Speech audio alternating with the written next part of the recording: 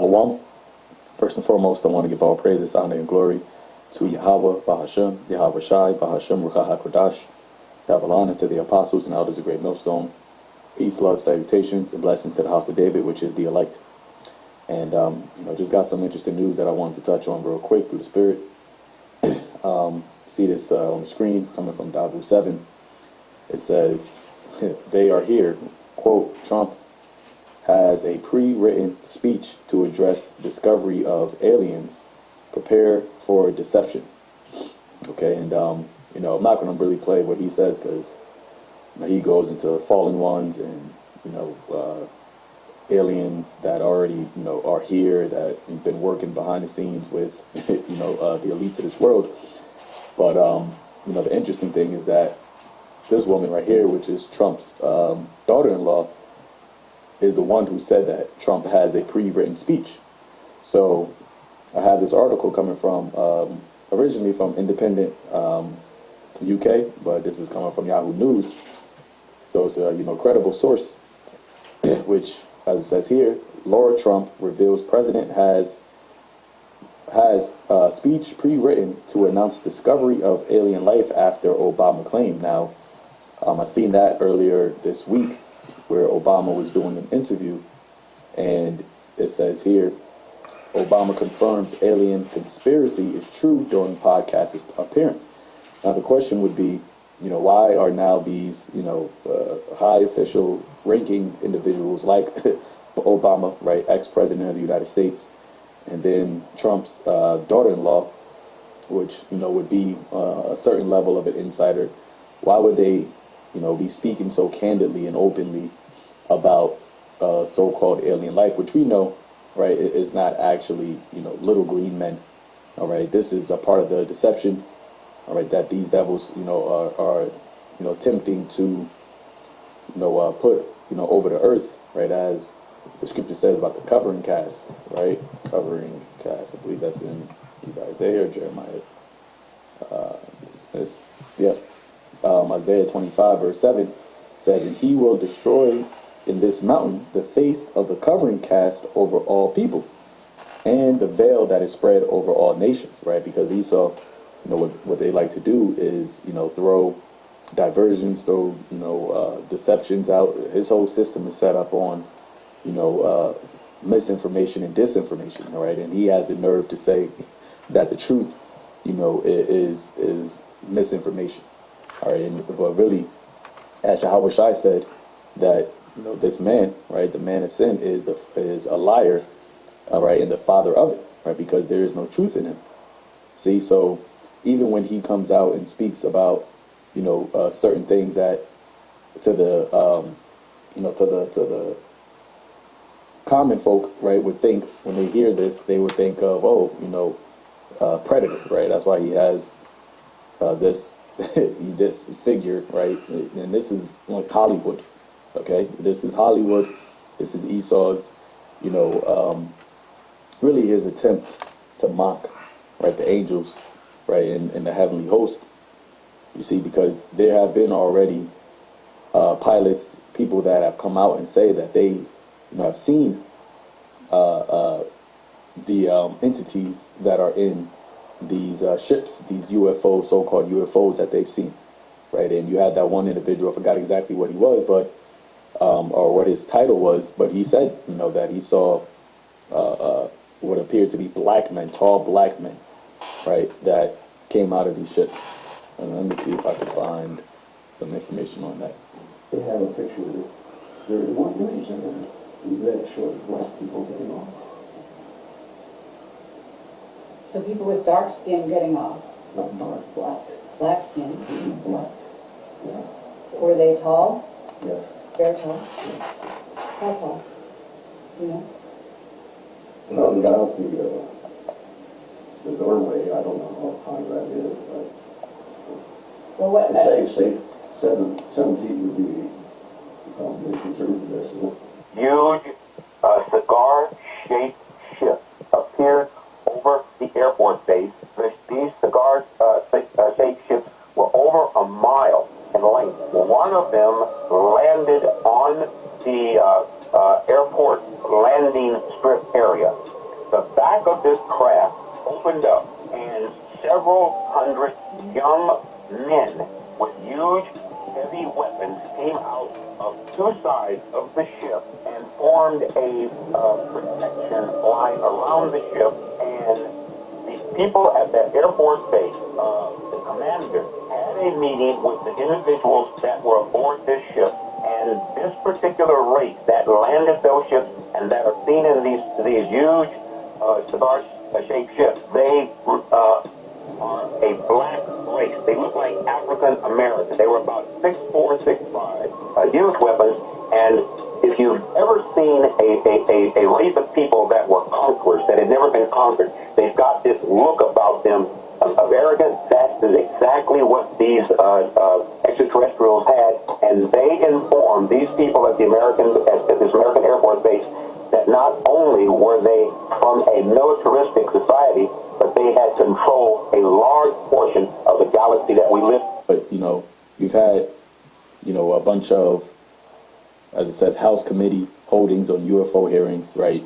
Last year, right, you had all of these sightings of what appeared to be so-called UFOs, right? You had orbs that would be flying like this, as you see, right? Moving in unnatural ways, right? You even had the Air Force, Space Force, right? Pilots that have seen, vehicles in the air that are just not capable of being manned by, controlled by humans. And, the scripture speaks about these things. You even had that one senator, Tim, I forgot what his last name was, but he even spoke about, the disclosure, right, of UFOs. And he said that they're talked about, right, in Ezekiel, right? The wheel is within the wheel. But yeah, that one individual forgot what he says, right? The pilot says tall, dark men in UFOs. I don't know if it's going to pop up, but yeah, probably not going to be able to find it. But like I said, person, did an interview on it. They're probably trying to, shadow ban that interview. But nonetheless, right, going to the point is we're in the time, where this devil, as the scripture says, he knows he has but a short time, right? And, they're gearing up for the Third World War, right? They're, moving a large amount of, weaponry, vehicles, right, military equipment over there into the Middle East. I seen something earlier today. It says that it's the largest Air Force, right, or aircrafts, right, military aircrafts that has ever been in the Middle East in all of history. That is over there and continuing to be over there. So the Lord is truly, as we did a video yesterday, gathering these nations, starting with East Babylon, right, over there into the Valley of Decision, right? Multitudes in the Valley of Decision, right? And no coincidence that at the same time now you're having, so-called UFO alien life talk being spoken about. So let's read this a little bit. It says, Donald Trump's daughter-in-law, Laura Trump, says the president has a speech pre-written and is ready to address the discovery of aliens. All right, pre-written. Remember, Trump said, well, he is the chosen one, right? He is the one that, these elites are going to use, which we believe is, as the scripture speaks about the cruel Lord. He is the one that they're going to use to try to implement this beast system, okay? And in order for them to do that, they're going to need a catastrophic, events to take place, all right? And they may even try to use, as, the prophets, men of the Lord, have spoken about, Project Blue Beam, okay? Because once again, there is no such thing as little green men, right? And the word alien just means form, all right? So celestial beings, like the angels, are, by definition, are aliens unto the planet Earth, okay? Because they're not terrestrial, they're celestial. And like everything else, though, they are here. And they're going to be gathering the elect from the four corners of the earth amidst World War III, which you see is right around the corner. The multitudes in the valley decision. Shalom, first and foremost, like to give all praise to Yahweh, Ba'ashem, Yahweh Shai, Ba'ashem, Rakakadash, double honors the elders and apostles of Great Millstone, who are teaching the truth and sincerity. And a shout out to Yakims out there in the four corners of the earth proclaiming this truth. Bracha the Yahweh, Bracha the Yahweh Shai, Ba'ashem, Rakakadash, Brakatam. So here we go, man. You know, wars, rumors of wars, and yet you've got, you know, disclosure about the angels of the Most High, because we know alien just means foreign entity, you know, foreign to Esau, but not foreign to us in the essence of we used to have knowledge of them, but Esau has been deceiving us for a long time. It seems that every month a new story comes out about Britain warning about the likelihood of future civil war. Retired Colonel Kemp recently gave a television interview during which he warned the Islamification of the United Kingdom would lead to inevitable conflict, because they want you to believe that, okay, these Muslims are taking over. Not these Amalekites that run everything. No, that it's going to be an Islamic takeover. Combat veteran argues that Britain's political class has failed citizens by putting them in harm's way and enslaving the stately, incapable of mitigating its failures due to suffering concerns that it could be said out loud. No government, Kemp argues. He has the guts to stop the Islamification of the UK. So, like everything else, though, Islamophobia is going on over there. And yeah, you do have a lot of migrants that are coming in from a lot over there, just like, you know, the illusion that they're taking over everything here. Even though, hey, this land belonged to the Israelites first, before Esau took it over, you know, but he tries to say that, well, they're illegal, when there's no such thing as illegal and stolen land. Can't get into that enough. But yes, multitudes are in the Valley of Decision, and so a lot of them are spilling over into Europe. That's been going on for some time. You know, you remember the Syrian refugee crisis. Well, they're still saying that there's an influx of them. You know, so like everything else, they'll create an Islamophobia, so they'll support a war against Iran, which is inevitable. Israeli state attacks alleged Hezbollah sites in Lebanon. IDF carried out airstrikes on alleged Hezbollah sites in southern Lebanon overnight on Thursday. Attacks were accompanied by incursions into the border towns where Israeli terrorists blew up houses, according to Lebanese media. Despite fragile U.S.-brokered ceasefire, Israeli state routinely attacks its northern neighbor, accusing it of violating its side of the agreement. So, you know. But he's talking a lot about phase 2 of his Gaza peace plan. And he wants Russia and China on board. But they're not getting on board. And like everything else, though, we all know that Trump is a Zionist himself, led by King Bibi.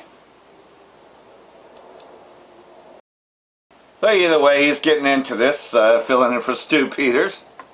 But Glenn Beck is one of these guys who pushes this Zionist-occupied mindset onto his listeners, onto his viewers, onto his readers, and he has forever. And it's like, this is a look inside the minds of many of these types. Ted Cruz being another one, who we're going to hear from later on in this segment. Ted Cruz is out, of course, running his mouth about war with Iran. That is a big cause of this Israel First crowd. These people want to serve Israel by knocking over Iran.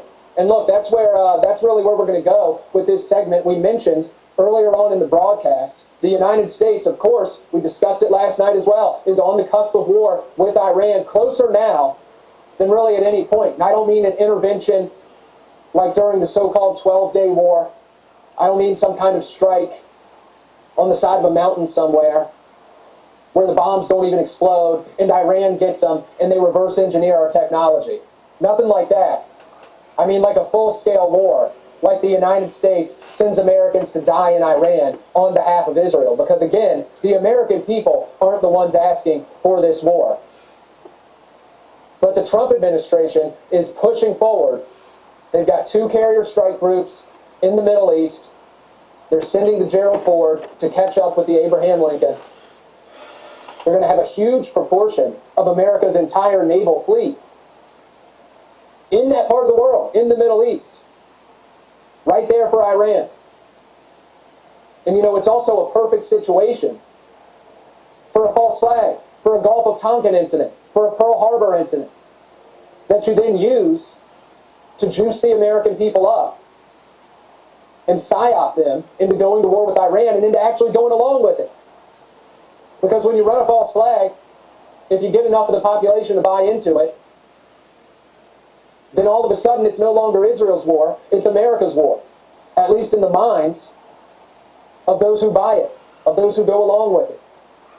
And we've seen over and over again how easy it is to gaslight and psyop, not just the American people, but entire populations, entire countries all over the world through false flag type events. It brings out like a caveman response. Like a, and who's the caveman? Esau. Let's go deal with it type of response. And think of 9/11. Run that playbook again, and how many millions of Americans are just going to fall right back into it, even if they think they're awake right now. So, anyways, that was kind of off on a little tangent there. But what I'm getting at is this is, in addition to everything else, in addition to Trump openly saying we could be days away from hitting Iran, this is prime positioning for a false flag. And if history is our guide, people will go along with that false flag. But look, let's start here. Trump's Board of Peace, they convened in D.C. today. And Trump says that the federal government will commit about $10 billion to this board. It's not exactly clear what this money is going to go to down to the penny. But what is clear is that this is going to fund this reconstruction project in Gaza that was agreed upon before Trump came back into office, that Jared Kushner and Steve Witkoff even let slip to 60 Minutes. This is a long time in the making. They've had these plans since before Trump got back into the White House and since before the latest phase of the genocide in Gaza even commenced. This whole Trump Gaza, Kushner Gaza, Trump Rafah, Kushner Rafah, whatever they're going to call it, however they're going to divide naming rights, this has been in the cards for a long time. And the Board of Peace, they really exist to make this happen. They're not about peace. They're about ethnic cleansing. They're about taking the survivors, the people who they don't manage to kill, and sending them into the West. And maybe they'll keep a few around so that they can be the servants at these big resorts. And then they can populate them into 15-minute cities where their every move is surveilled, where they have no freedoms, where they have no movement. You're in your 15-minute city, and maybe you get bussed out to go serve at the Kushner Resort, to go shine up the golden statue of Donald Trump and Benjamin Netanyahu as Howard Lutnick sips a martini on the Gazan coastline. That's what this entire board, this entire Board of Peace is formed around. And that's been its mission from the very beginning. They say that they're going to govern Gaza, this new Gaza, this Zog colonialism version of Gaza. And it's a greater Israel version of Gaza. Speaking of Zog colonialism, that's what this is. You're expanding the map of Israel. You're filling in the map of greater Israel. And at the same time, if we get Iran out of the way, who's going to stop us, right? Russia and China? They're drilling with Iran. But again, and I've mentioned this a few times, it's worth mentioning again, Israel and China are like that. And it's also worth mentioning that a huge portion of Israel's population are of a Russian Jewish background, or they have some form of Russian citizenship, Russian nationality. Huge portion of Israel's population. So there's tie-ins to both of those countries here as well. So how far will they actually take their support of Iran? Does it go into a total World War III scenario? Or is that part of the buildup? Does everybody agree? We form our technates. We form that Club of Rome map. We send our people into 15-minute cities. We all report back to the great pedophile island of Greater Israel. Regardless, whatever their end setup looks like on the map, the Board of Peace is there to ensure that the map of Greater Israel starts to expand with the Gaza Strip being swallowed up. So, like everything else, though, that's what's happening. Esau's getting close to filling his belly, And, you see it. That war with Iran is imminent. Iran tells the UN it will respond to any U.S. attack against as Trump weighs military options. Iran has told the UN that it will retaliate against any potential U.S. attack on their country, which appears to be increasingly likely.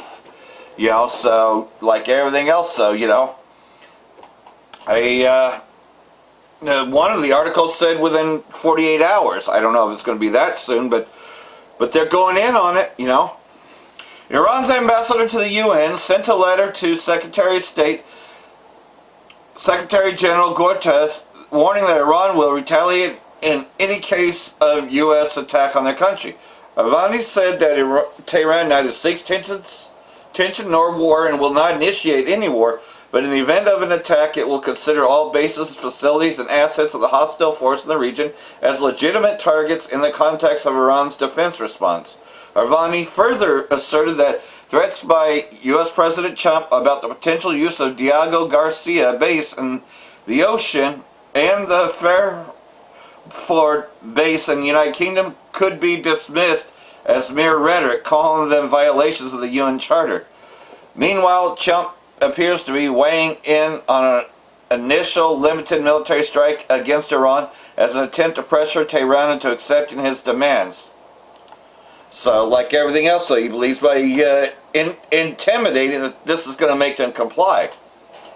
With shaky reasoning, Trump weighs in limited initial strike against Iran to force the deal. So he thinks he can force a deal. While the Israeli state catering warmongers to portray Iran leaders as unstable religious zealots, the Iranian government demonstrated enormous restraint in the face of decades of economic and military warfare, especially after extreme provocations that include the 2020 killing of Iranian General and Quds Force Commander Qasem Soleimani, and April 2024 Israeli attack on Iran's consulate in Syria. I remember that. However, an era of Iranian strategic restraint may be over. Unlike the restraint Iran showed in June 2025, powerful armed groups have no qualms about firing back with everything we have if we come under renewed attack, Iran Foreign Minister Gharshi wrote in January. So, like everything else, though, there will be plenty of war here, but is this the main one? This is just showing some of the stuff they're capable of. There's too many of them and they couldn't stop it. So, imagine what they could do to ships, because remember, Ayatollah Khomeini said that, it's not as good as the missiles that can sink them. Trump says Iran deal clarity coming in 10 days, warns of further action. So like everything else though, 10 days, well that pretty much goes into the beginning of March. And they still haven't passed a budget for the Department of Defense either. Still a what you call partial government shutdown happening. President Trump said Thursday it would soon become clear whether a deal with Iran is possible, warning that Washington will be forced to escalate if negotiations fall short. Trump said his envoys Witkoff and Kushner built a solid working relationship with Iranian representatives and talks were progressing well. Trump was unequivocal on one condition: Iran must not acquire a nuclear weapon. You can't have a nuclear weapon. It's very simple. You can't have peace if they have a nuclear weapon, he said. Just the same rhetoric over and over again that Iran's trying to get a nuclear weapon as a pretext to attack Iran. President Trump threatens war with Iran at first Board of Peace meeting. In a speech at the meeting, Trump referenced his 2025 attack against Iran, which targeted the country's nuclear facilities. Now, we may have to take it a step further or may not. Maybe we're going to make a deal. You're going to be finding out over the next 10 days probably, he said. Trump also said that Iran must make a deal. If that doesn't happen, bad things will happen. So, jeepers creepers. Bad things will happen to you if you don't do what we tell you.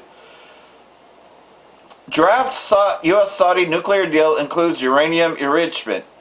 The draft nuclear deal would see Washington and Riyadh after an IAEA safeguards agreement.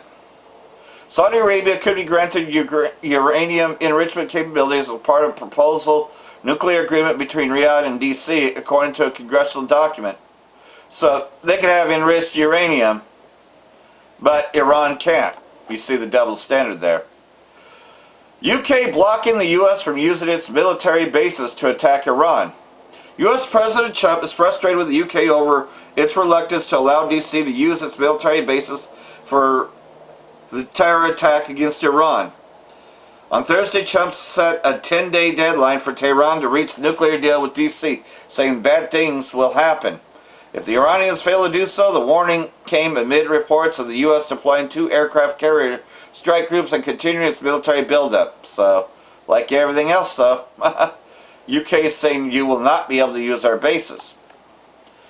Top Russian diplomat reaffirms support for negotiation process amid U.S.-Iran tensions. So, like everything else, though, they are going to protect Iran in this.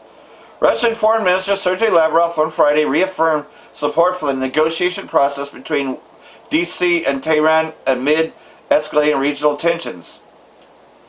In a phone call with Iranian Foreign Minister Agashi, Lavrov conveyed Moscow's support for negotiations aimed at finding fair political and diplomatic solutions that respect Tehran's legitimate rights, noting the phone call took place at Tehran's initiative. The statement said Lavrov and Agashi exchanged views on the current situation surrounding Iran's nuclear program, while taking into account the results of indirect U.S.-Iran talks in Geneva.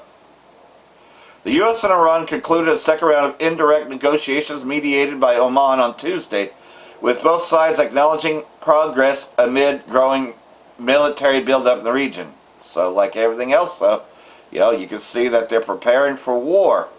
And got a short little South Front video here, just going on the battlefield.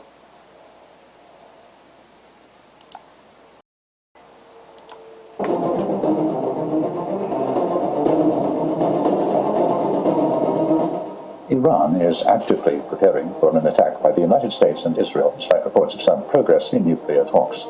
In a clear warning to both the U.S. and Israel, on February 16th, the Islamic Revolutionary Guard Corps Navy kicked off drills in the strategic Hormuz Strait. The strait was closed for several hours on the second day of the drills due to security precautions, and Commander of the Guard's Navy, Rear Admiral Ali Reza Tangsiri, stated that Iran is prepared to close the waterway at command. As the drills were ongoing, the U.S. military began sending dozens of warplanes to the Middle East. At least 18 F-35A Lightning II stealth jets left Laken Heath Air Base in the United Kingdom on February 16th, headed for Muwafaq Salti in Jordan. The next day, a dozen F-22 Raptor stealth jets left Langley Air Force Base in Virginia, heading east. At least 6 landed at Laken Heath Air Base in the UK. In addition, at least 48 F-16 Fighting Falcons moved toward the Middle East. The multi-role fighter jets took off from Aviano Air Base in Italy, Spangdahlem Air Base in Germany, and McIntyre Joint National Guard Base in South Carolina. 2 E-3 Sentry airborne warning and control systems aircraft also landed at Middlehall Air Base in the UK. At least 1 U-2 Dragon Lady spyplane was also spotted on the way to the Middle East. On the same day, it was revealed that the USS Gerald R. Ford has already arrived near the Strait of Gibraltar, which means it could join the USS Abraham Lincoln in the Middle East in under a week. Amid this escalation, the Iranian delegation, led by Foreign Minister Abbas Araghchi, held a second round of indirect talks with U.S. representatives headed by U.S. envoys Steve Witkoff and Jared Kushner in Geneva on February 17. Araghchi said that Iran and the U.S. reached an understanding on the main guiding principles of a new nuclear agreement and spoke of a window of opportunity. Optimism was short-lived, however, as a report published by Axios on February 18th revealed that President Donald Trump was fed up with Iran, and that a long, multi-week campaign that starts with a joint U.S.-Israel attack may be just a few days away. All in all, it appears that the U.S. is nearing a decision on war with Iran. The U.S. and Israel will likely be ready to attack within a week. Iran will likely react with full force. Closing the Hormuz Strait will be an option for the Islamic Republic. So you can see, though, that hey man, as the Passover approaches, we're headed to war. Exclusive, Riyadh wants to replace the Israeli state with Syria for Greece fiber optic cable routes. So in other words, they want to make deal with the new Syrian government. Saudi Arabia has been investing millions of dollars in the fiber optic cables in Syria in a move that could see it brush aside the Israeli state. So like everything else, though, he's more interested in dealing with his Arab neighbors and not Amalek anymore. Saudi Arabia wants to replace Israel with Syria as a transit country for a fiber optic cable designed to connect the kingdom to Greece. Throughout the Mediterranean Sea, two regional officials familiar with the project told Middle East Eye. Saudi Arabia's insistence that it be connected to Greece through Syria and not Israeli state as previously discussed underscores how regional alliances are shifting as Riyadh looks to bolster Damascus' standing in the region and potentially isolate the Israeli state. So you can see that this move alone, why Damascus would become a target, especially by the Israeli state, because like everything else, we know that they have this plan that if they were to ever be attacked, that they would go with the Samson option, and that is, trying to nuke all the neighbors, and Damascus would be the closest to them.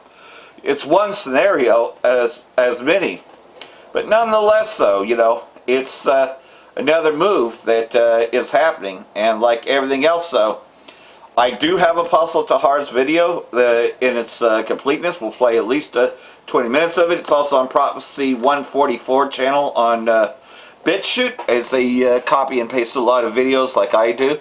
I just kind of bring them in, together in my videos, but they give you the whole video, and just copy it and put it on their channel. So it's a good channel to get, older videos or even the newer ones, because that was just done yesterday, but it just wouldn't play. So, I have the rest of that. And nonetheless, though, you can see these multitudes build up, right?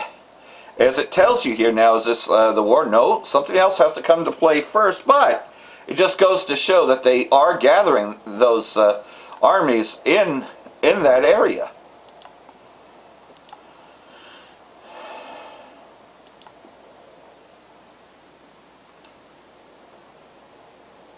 So here we come, and it says, Joel chapter 3, for look, in those days and at that time I will return the exiles of Judah and Jerusalem. Well, who are the exiles? That is, the Israelites, right?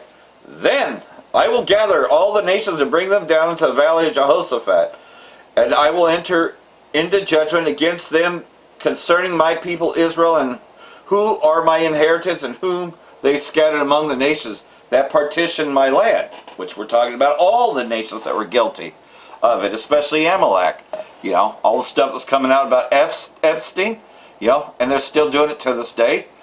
And they cast lots for my people, traded a boy for a prostitute. They sold the girl for a wine so they could drink. For you took my silver, my gold, and brought my precious valuables to your own palaces, when they enslaved us. And like everything else, though, Verse 7, I'm rousing them from the place to which you sold them.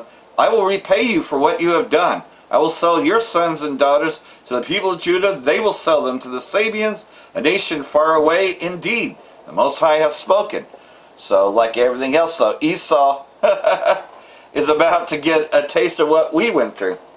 He's going to go through 1,000 years of suffering, but also he's going to see the end of the kingdom here. Proclaim this among the nations. Prepare for holy war. Call out the warriors. Let all these fighting men approach and attack.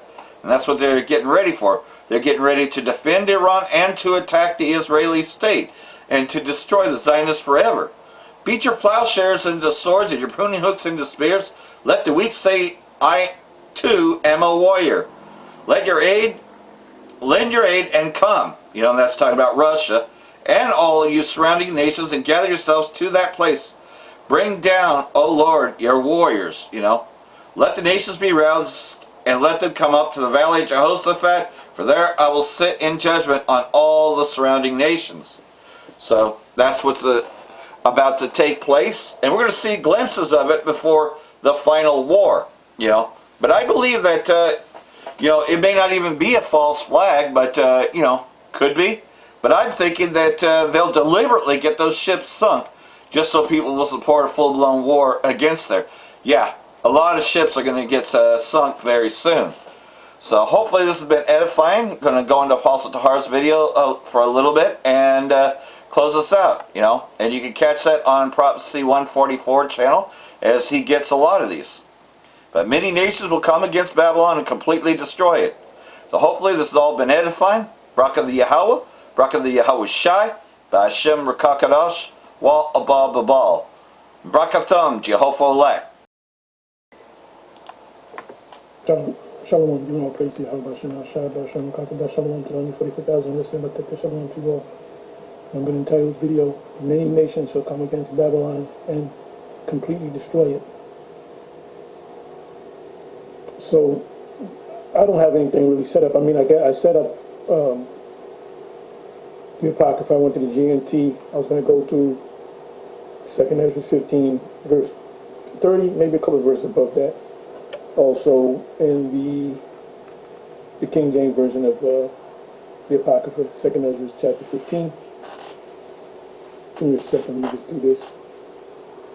Okay, 28th verse. That's it, 30th verse.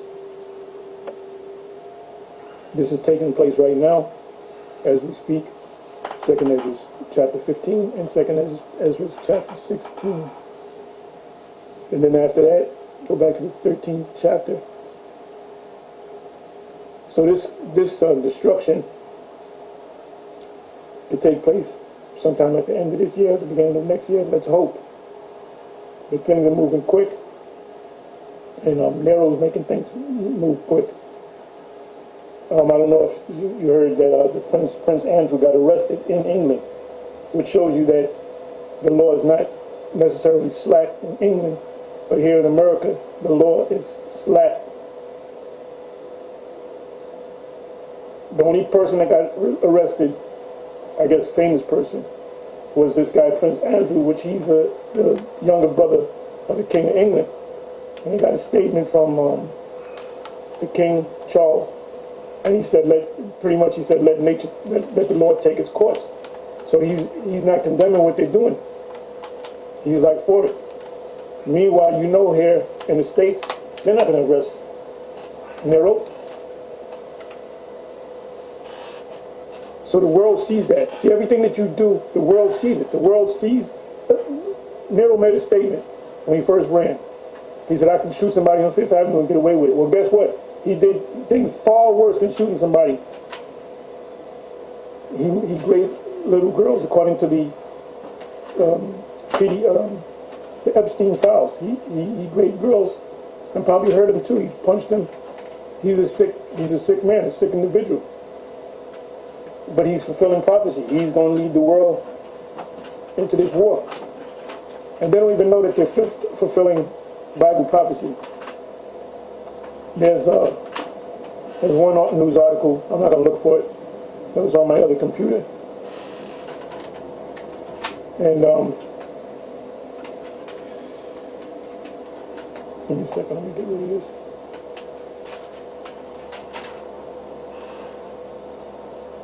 Where Germany is building a massive army. Now, why do you think they're building this massive army? It's because they know they're going to go to war, being that Nero is in power. Germany doesn't possess missiles, but they may possess missiles by the time the destruction comes. We do know that, if you research it, that the only two NATO nations that possess ICBMs, or long-range missiles, one is France and the other is the UK. And the UK is going to be ashamed of America.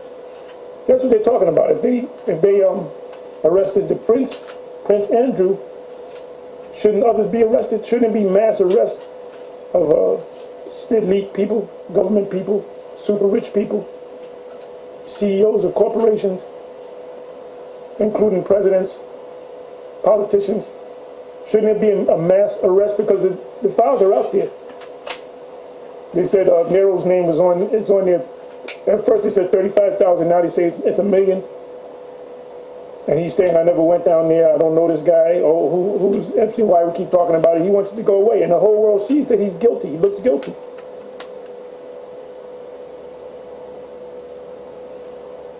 So it's a good thing that Nero's in office. And we believe that he's the cruel Lord, unless there's some, let's say he gets out of office and another guy comes in, that's a cruel Lord. He's going to be Nero times 100. Like Vance.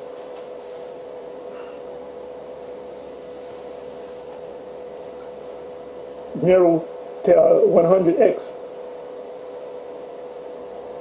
But as it stands, we believe he's the actual cruel Lord in Isaiah chapter 19. And we know Isaiah chapter 19 is code, where it speaks about Egypt, is code for America. It's code for America. And so now I did a video not too long ago, I'll say 6 months ago, concerning IUIC. Had two different teachers. One teach that Isaiah 19 is talking about the geographical location, Egypt, actual Egypt, and that there were Israelites living in Egypt. Then Deacon Malachi did a video saying that Isaiah 19 is referring to Egypt, is talking about America.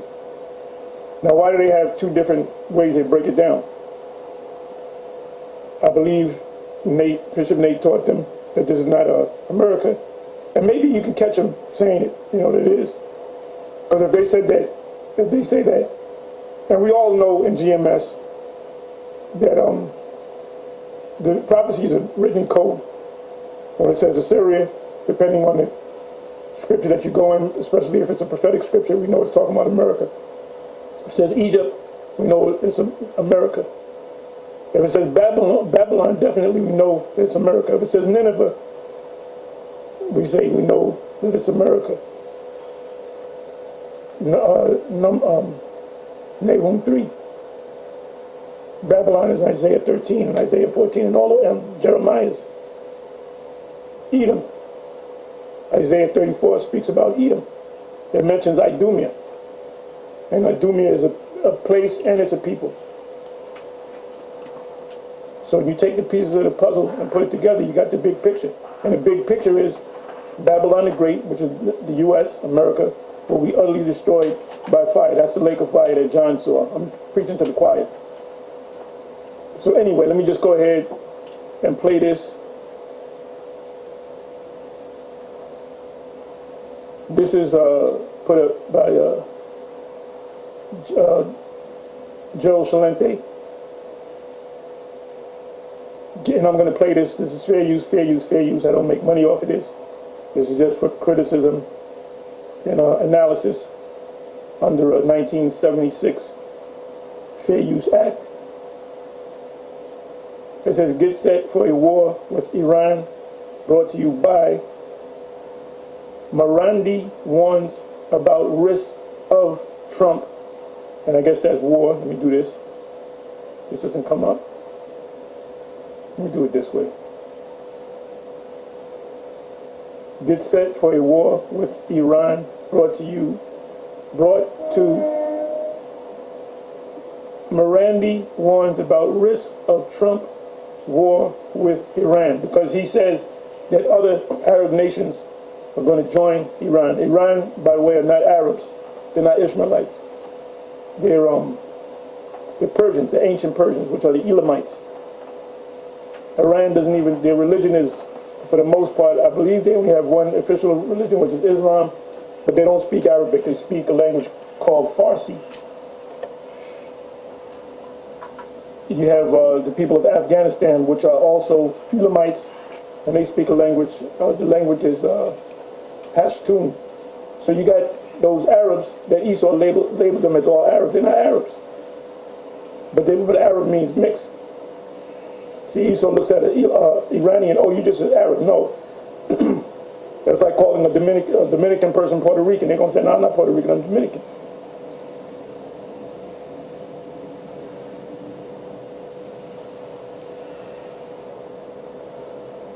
Anyway, I'm going to play it. I'm sorry. Let me do this. Looking for the best nutritional supplements, science. The fact that the resistance in Iraq, in Yemen, Okay, let me play it a couple of times. but also, than they were in the past, but also the fact that the resistance in Iraq, in Yemen, in Lebanon, and probably elsewhere will join the fight. But the Americans are going to have to deal with massive Iranian missile. Will join the fight. What fight? This war between the people of Iran against the U.S. forces. And if you keep up with the news, that the people of Iran, the government of Iran, they want to go to war. They're ready to go to war. And we know by scripture that these other Arab nations will join forces. I believe they closed the Strait of Hormuz. That's a major hub for oil export.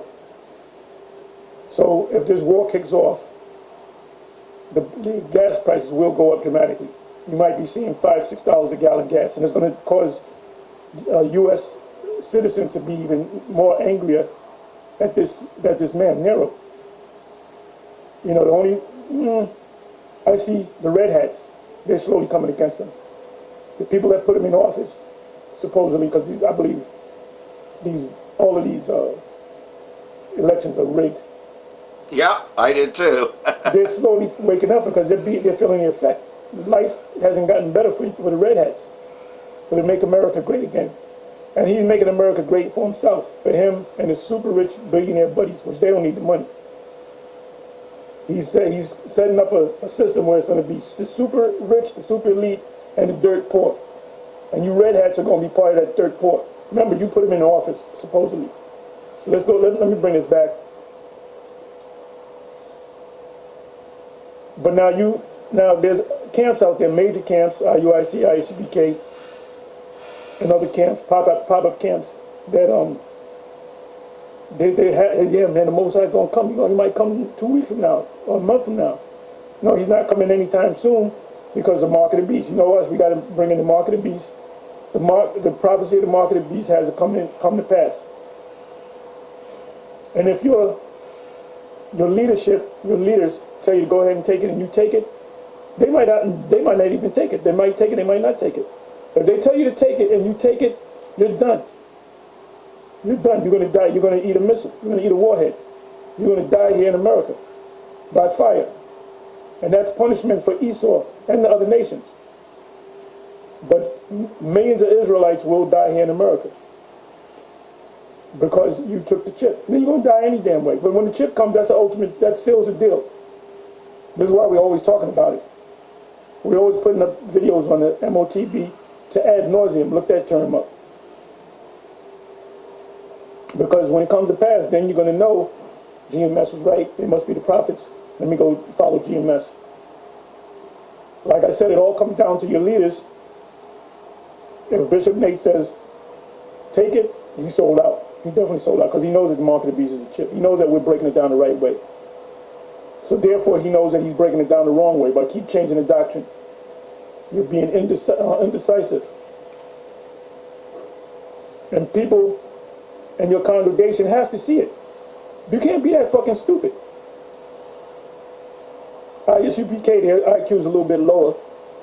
A lot of those guys in ISUPK, I'm not necessarily talking about Captain Tazariak or Captain Kadazak or others, but there's a lot of those guys that they don't know what, they just a part of something, they don't know what the fuck they involved in. And I believe, like I said in the video I did last night, I believe Captain Tazariak, if he's one of the elect, he'll come out of this. He'll come out of that.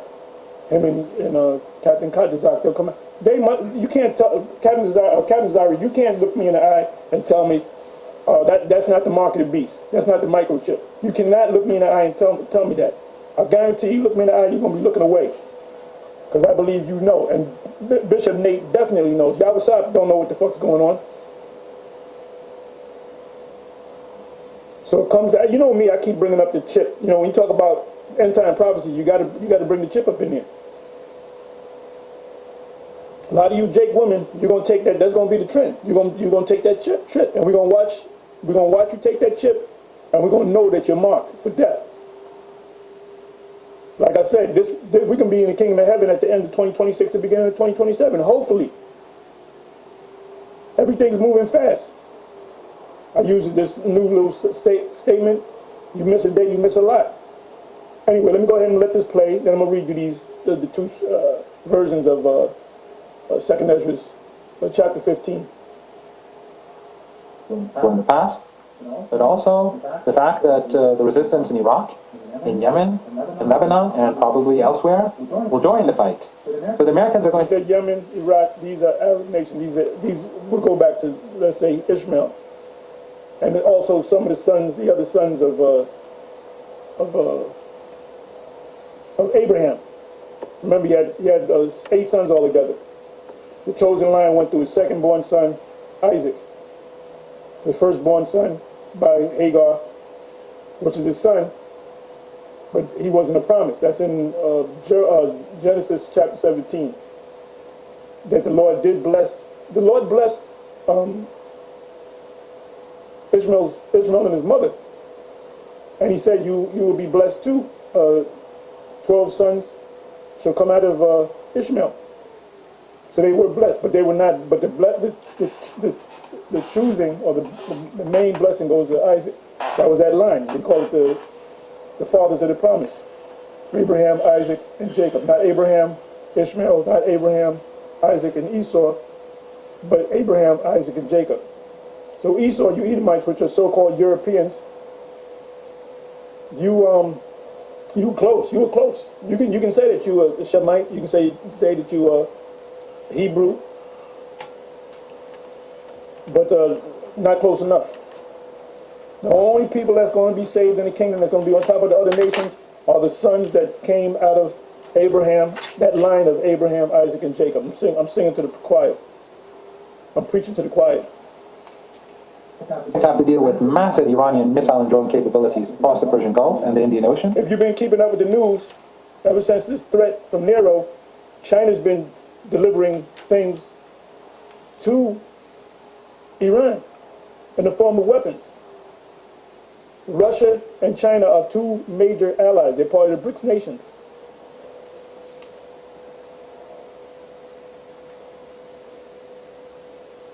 And Iran has been a partner and an ally to Russia and China. And ultimately, as you know, Russia and China will back up Iran along with these other nations, along with any Africans that possess missiles. The scriptures say in Joel 3, and I will read that in maybe in the NLT, maybe the Amplified, that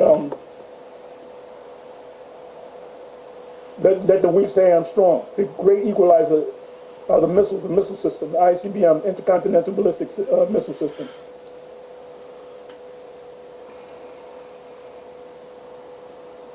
That will strike bases, that will strike ships, and that will destroy. I did a video yesterday where it says that the, let me go to that.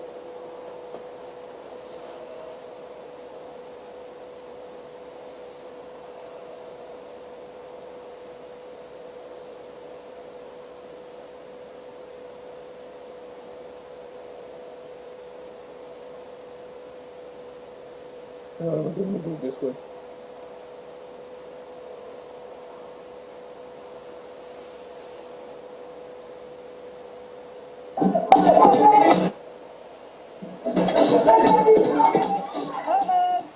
Okay, hold up. Give me a second here.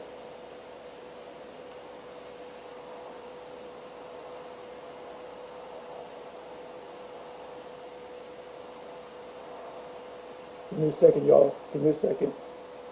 I believe I put it up yesterday.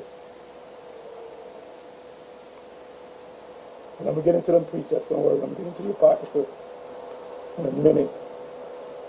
Okay, this is what I wanted to show you.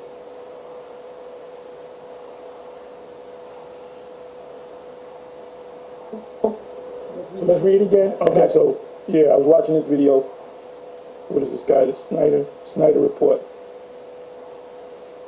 And this jumped out of the screen. Pentagon, right?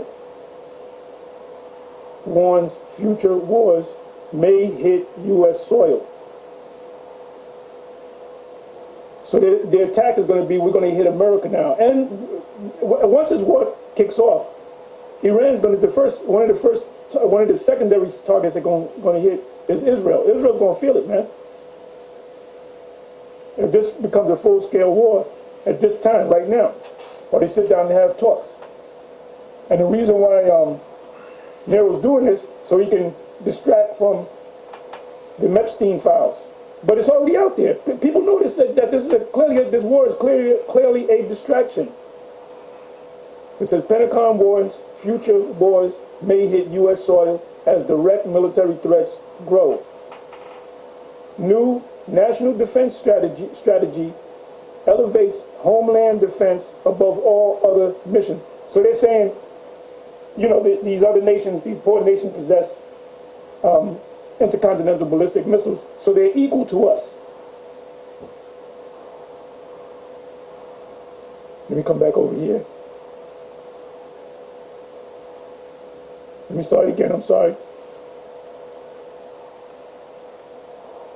The past, but also the fact that the resistance in Iraq, in Yemen, in Lebanon, and probably elsewhere will join the fight. So the Americans are going to have to deal with massive Iranian missile and drone capabilities across the Persian Gulf and the Indian Ocean that will strike bases, that will strike ships, and that will destroy the oil and gas supplies. That will destroy the oil and gas supplies. Your gas might go up to $10 a gallon, might go up to $20 a gallon. The citizens of the U.S., American people, they're gonna get mad as hell, and you can't. And Nero can't blame it on the Democrats. All the Democrats did that. You have this situation in a waterway down in D.C. where the sewage is backed up, so it stinks now. Washington actually stinks, and I believe the Mossad did that to embarrass this guy. And the first thing he said, "Oh, that's the Democrats." You've been in office for over a year now. You can't blame it on the Democrats. You can't blame it on Biden. So every time this guy speaks, everything he says, you know he's fucking lying. Shalom. You can catch the rest of the video on the channel.